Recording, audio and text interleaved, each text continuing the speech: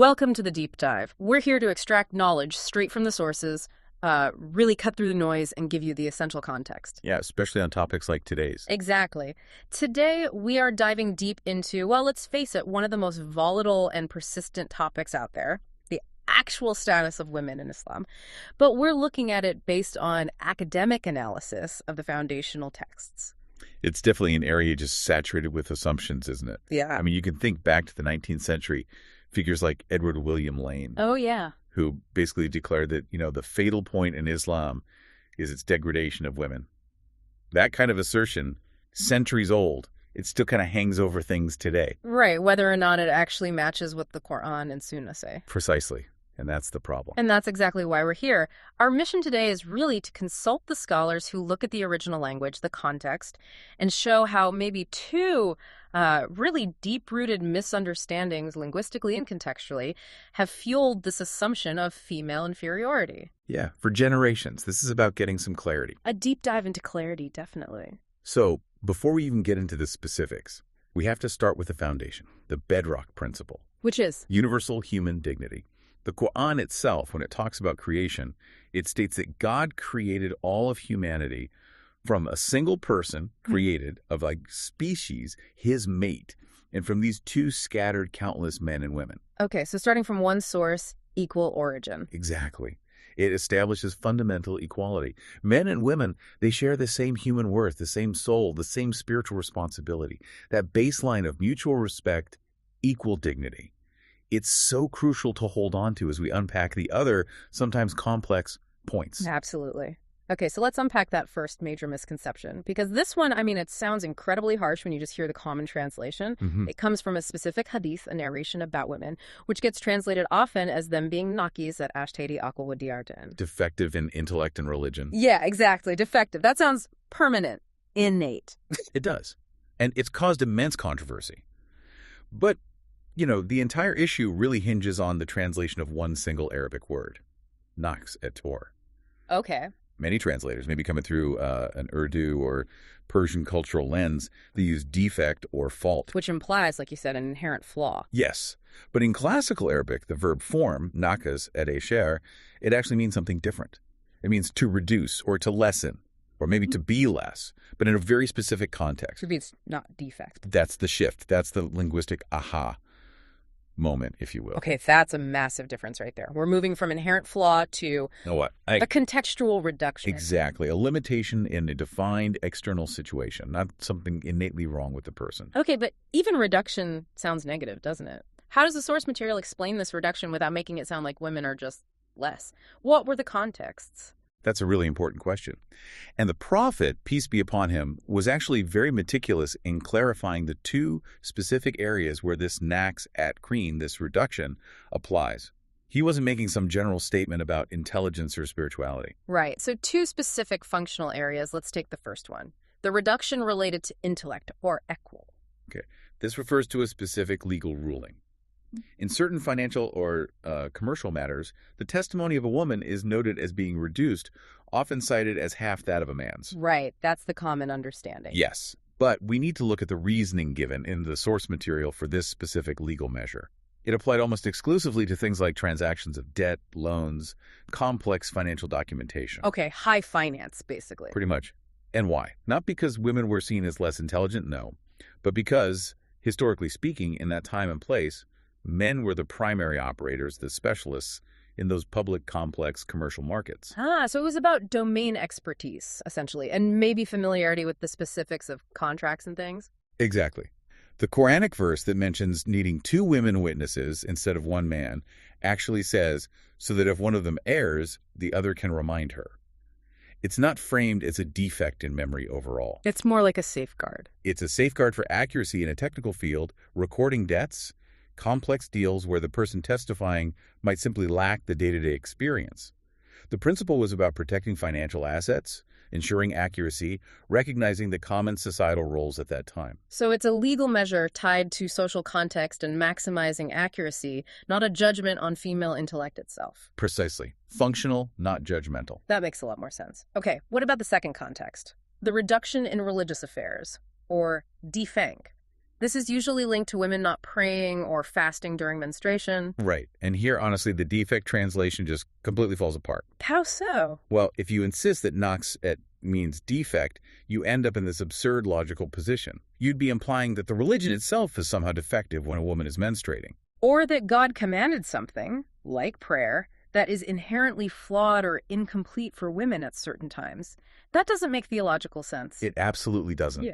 The classical understanding isn't about defect at all. It's that the requirement for those specific rituals, prayer, fasting, is temporarily reduced or lifted. It's a dispensation, a break. Exactly.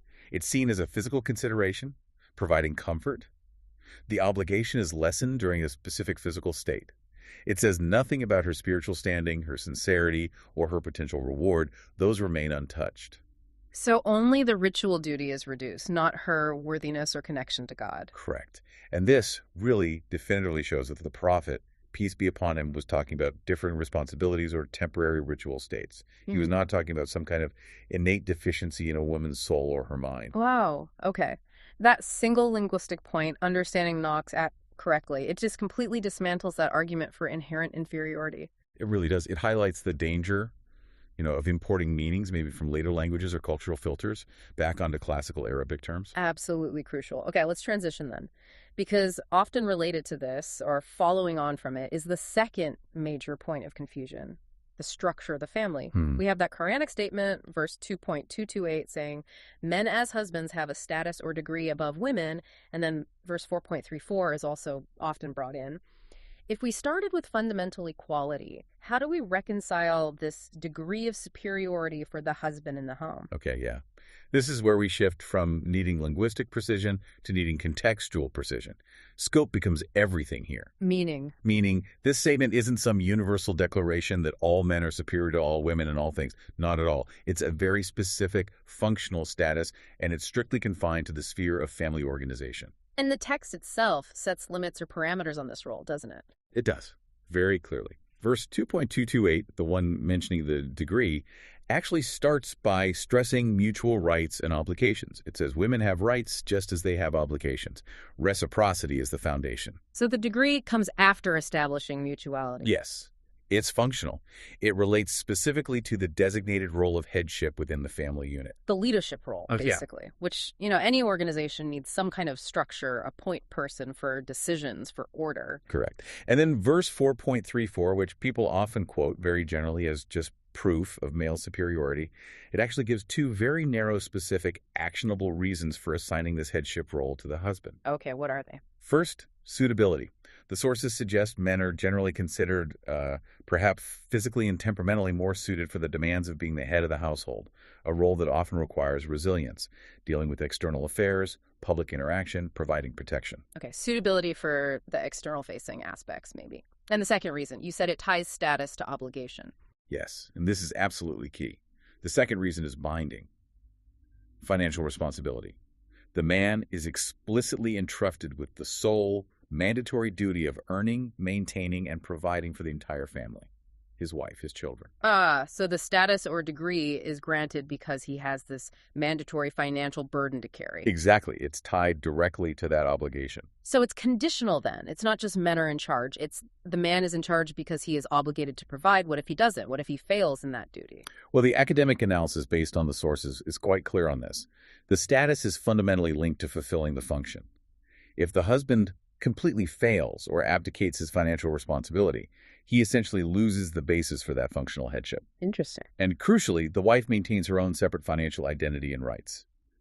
She isn't obligated to obey or submit to a husband who is fundamentally failing in his mandatory duty of providing for her basic needs. So the distinction is critical. It's a relative superiority of responsibility and role, specifically within the family, not a statement about inherent human worth. Precisely. It's not about one gender being inherently better than the other. It actually sounds a bit like, modern organizational structures, like a CEO has ultimate authority within the company. Yeah. But that doesn't mean a junior engineer isn't smarter or more valuable as a human being. Their roles are just different within that structure. That's a very good analogy. Or think about a ship's captain. In a storm, everyone needs to follow the captain's orders for survival, for order. You submit to the role the authority needed for the welfare of everyone on board. Right, regardless of whether the captain is male or female, it's about the function. Exactly. The family unit, like any unit, needs some structure, some discipline, especially when conflicts arise. The headship role provides that necessary structure for smooth functioning.